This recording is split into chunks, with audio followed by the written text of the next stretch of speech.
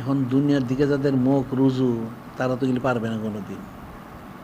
দুনিয়ার থেকে যদি পুরা ফিরতে পারে, কেবলামুখী হইতে পারে, তখন তার পক্ষে কিছু যদি হাসিল করা সম্ভব। এটা তো এমনি কোনো দিন সম্ভব না।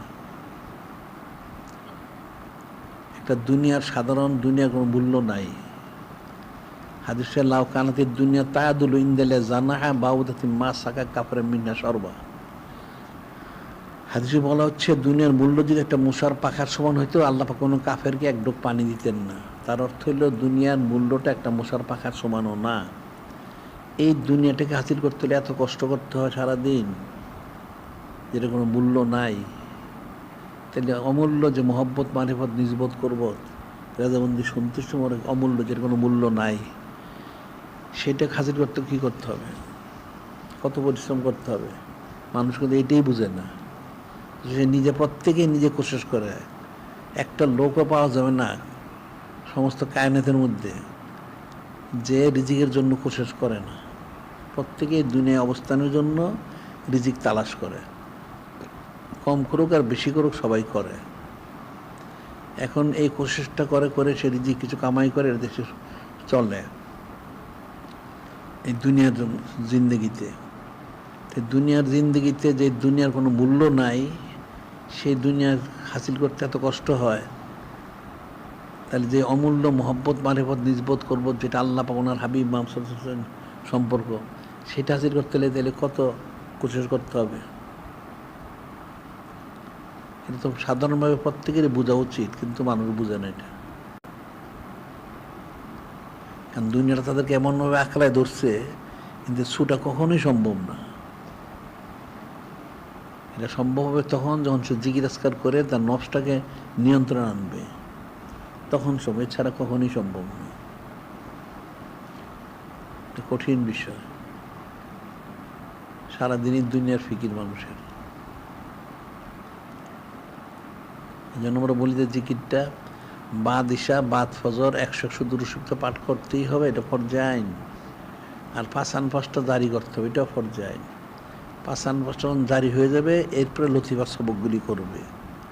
করে কমপক্ষে সে যদি সুলতান আসকার প্রথম স্তরে পৌঁছতে পারে, তাহলে বোঝা গেল মোটামুটি একটা অবস্থা সে পড়ছে। এরপরে জিকির ফির করলে আস্তে আস্তে তার তরক্কি হবে, আর তার তরক্কি হবে না। এখন বাইশ বুঝতে হবে না, তোমার মতো লোক 70 বছরের নেস্ত হাসিল করলেন, এরপর আল্লাহ পাক ওনার কাছে যখন গেলেন সব শূন্য হয়ে গেল, তাহলে আর কার কি থাকবে? যে আবাদত বন্দেগী তো আল্লাহ পাক সব ভুলে ভরা, এটা আপনারা কি পেশ করব? তো তৌহিদটা আছে, আমি কোনো সেরেক করিনি। আল্লাহ পাক সেরেক করেন না, করেন না। তাহলে লাইলাতুল আমানটা কি? হ্যাঁ, তখন তো লাইলাতুল আমানটা হয়ে গেল। বলা হইলে তখন লাইলাতুল আমান দেখা গেল কি, এটা ঠান্ডা দুধে পেটে অসুখ হয়েছে। এখন মানুষ বলতে পারে যে একটা কারণে সম্পর্ক থাকতে পারে, এটা হাসানাতুল আবরা সাইতুল মুকাররাবিন, একটা কথা আছে, হাসানাতুল আবরারে সাইতুল মুকাররাবিন। সাধারণ লোকের জন্য যেটা নেকি, খাস লোকদের জন্য গুনাহ। এখন তো সাধারণ লোক বলতে পারে ঠান্ডা দুধে আমার পেটে অসুখ হয়েছে, অমুক আমার অসুখ, হ্যাঁ ঠিক আছে। যারা খাস লোক ওনার জন্য বললে এটা গুনাহ হবে। হাসানাতুল আবরার সাইতুল মুকাররাবিন। যারা আবরার নেককার তাদের জন্য যেটা নেকি, যারা মুকাররাবিন নৈকট্য লাভকারী ওনার জন্য সেটা গুনাহ।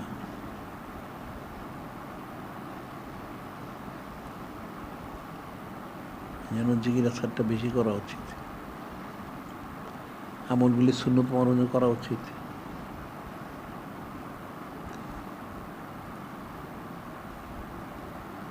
আর ইলম তো চর্চা করতেই হবে। এখন মাদ্রাসা থেকে আর আসলো না, তাদের জিজ্ঞাসা করতে হবে একদিন কেন মাদ্রাসায় পড়ে। এখন মুখস্থ তো সবাই আছে যে আমি ওইলেল লইতে চাই, এটা মুখস্থ বিদ্যা, তাইলে তো আর কিছু বার করার থাকে না। বললাম না, ওলি আল্লাহ ওনার শায়েখ খেলাফত দিলেন, সেই ওলি আল্লাহ ছিলেন সেই জায়গায় 30 বৎসর। 30 বৎসর জীবনের শেষ প্রান্তে যখন আসলে উনি একটা কিতাব লেখলেন। ওনার জীবনী সম্পর্কে সংক্ষেপে, যে এরকম এই হয়েছে, আমি এখানে 30 বছর শেষ, আমার জীবনের শেষ প্রান্তে। আমার কাছে লক্ষ লক্ষ লোক আসছে নানান কারণে, চাকরি, ব্যবসা, খ্যাত খামার, মামলা মোকদ্দমা, তারপরে ছেলে সন্তান, এইটা সেইটা, বিবাহ শাদী, এই নানান রকম আপদ বিপদ, মামলা মোকদ্দমা, লক্ষ লক্ষ লোক আসছে। কিন্তু 30 বছরের মধ্যে একটা লোক আমাকে কোনোদিন বলে না যে আমি ওলিয়াল্লাহ হইতে আসছি। 30 বছরের মধ্যে একটা লোক কখনোই বলে নাই আমার কাছে যে আমি ওলিয়াল্লাহ হইতে আসছি। বুঝতে পারলে? তো এখানেও কেউ বলে নাই ওলিয়াল্লাহ হইতে আসছি। হ্যাঁ, শুনতে শুনতে এখন বলা আসছি। হ্যাঁ, মুখস্থ বিদ্যা, মুখস্থ বিদ্যা। এখন তো সবার মুখস্থ হয়ে গেছে, বলে আমি ওলিয়াল্লাহ হইতে আসছি।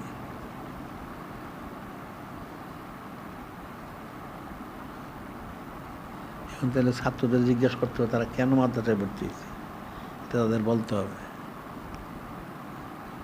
সব ছাত্র আসুক, একদিন আসলে তাহলে আমাকে বলবে গেলি।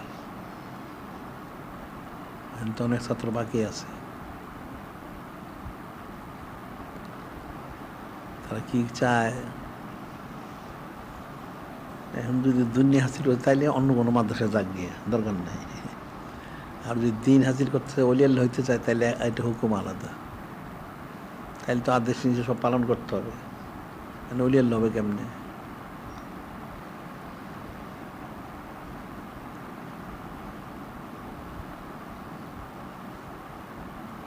এখন ওলিয়াল্লাহ হইতে চাই বললে তো খালি হবে না, আমলটা করতে হবে।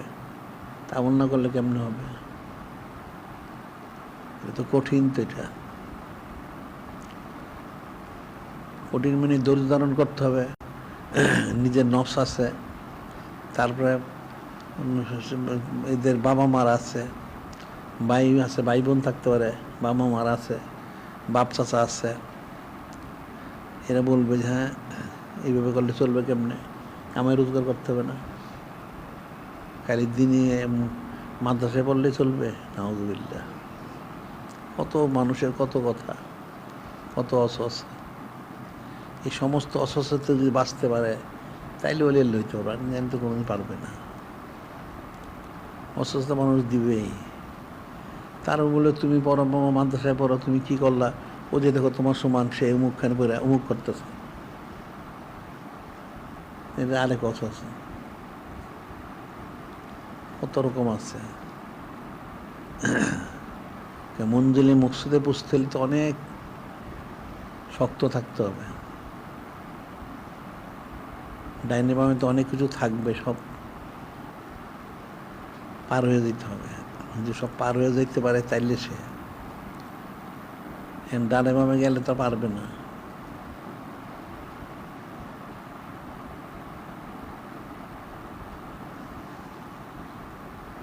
একটা ঘটনা আমরা বলি, এটা আমাদের দৈনিক পত্রিকায় কে জানি লেখছে ঘটনাটা, একটা মতামত আর কি, যে সবাইকে খুশি করা। সবাইকে খুশি করার অর্থ হইল, এক বাবার ছেলে মিলে একটা গাধাকে বাজারে বিক্রি করতে নিতেছে। গাধাকে বাজারে বিক্রি করব, এখন গাধারে নিয়ে যাইতেছে। কিছু লোক দেখে বললো যে লোকগুলি বোকা, আরে গাধারা যে এক দুটো গাধার উপর চড়ে দিতে পারে। আচ্ছা ঠিক আছে, তো বাবা ছেলের বললো তাহলে তুমি গাধায় চড়ো। তো ছেলে গাধায় চড়ে যাইতেছে। কিছুদিন দূর যাওয়ার পর কিছু লোক দেখো এই ছেলেটা একটা জালেম বুড়ো বাপটারে হাঁটায় নিতেছে আর নিজে গাধার উপরে বসে দিচ্ছে। কি করবার পর ছেলে নেমে গেল, বাবারে তুলছে। তো বাবা গাধায় চড়ে যে ছেলেটা হাঁটতেছে। তারপর কিছু দূর যাওয়ার পরে কিছু লোক দেখো বাপটা কত বড় জালেম, নিজে গাধার উপরে চড়ছে, ছেলেটা হাঁটাই নিতেছে। এখন মহা সমস্যাদের কী করতে হবে, দুজনে গাদার উপরে উঠছে, চলতে কিছু দূর যাওয়ার পর কিছু বলে দেয় হলো দুধ, বাপটাও জালেম ছেলেটাও জালেম, একটা গাদার উপর দুজনে উঠছে। এখন সে কী করবে, দুজনে গাদার থেকে নেমে গেছে। এখন গাদার থেকে নেমে কী করবে, হাঁটায় নিলে দোষ, চললে দোষ। এখন একটা বাঁশ এনে গাদাটারে চার পা বেঁধে ঝুলাইয়া দুজনে কান্দে নিয়ে রওনা হয়েছে। এখন রওনা হয় কিছু দূর যাওয়ার পরে হঠাৎ নদী পড়ছে। এখন নদী পার হইতে হবে সাগর দিয়া, তো সাগর দিয়া পার হইব, একটা গাদা নিয়ে পাওয়া তো কঠিন ব্যাপার। যাই হোক, তারও পার হইতে গেছে, সাগর ভেঙে পানিতে পড়ে গেছে সব মিলা। বাবাও পড়ছে, ছেলেও পড়ছে, গাদারও পড়ছে। এখন পড়ার পরে বাবা ছেলে সাঁতারে উঠে গেছে, গাদা তো পা বান্ধা, গাদা উঠবে কেমনে, ওটা পানির ধারে তলায় গেছে, ওটা মারাই গেছে। এখন গাদা গায়েব, এরকম ওরকম সাঁতরা উঠে আসছে। এটা বলা হচ্ছে যে সবাইকে খুশি করা, সবাইকে খুশি করা সম্ভব না। তারা সবাইকে খুশি করতে গিয়ে তার মূলটাই হতে গেছে। তার গাদাটা যে বাজারে বিক্রি করে কিছু টাকা পয়সা পাবে সেটা পেল না, আর নিজেরা কষ্ট করলো। আসলে এটা যেভাবে যারা বর্ণনা, আসলে হচ্ছে অর্থাৎ যিনি খলিক, যিনি মালিক রহমান, যিনি নূরে মুজাসসাম হাবিবুল্লাহ হুজুর পাক সাল্লাল্লাহু আলাইহি ওয়াসাল্লাম, ওনাদেরকে খুশি করতে হবে। পাশে লোকে কিছু বলে, অনেকে অনেক কিছু বলবে, তাদেরকে তো খুশি করার প্রয়োজন নয়।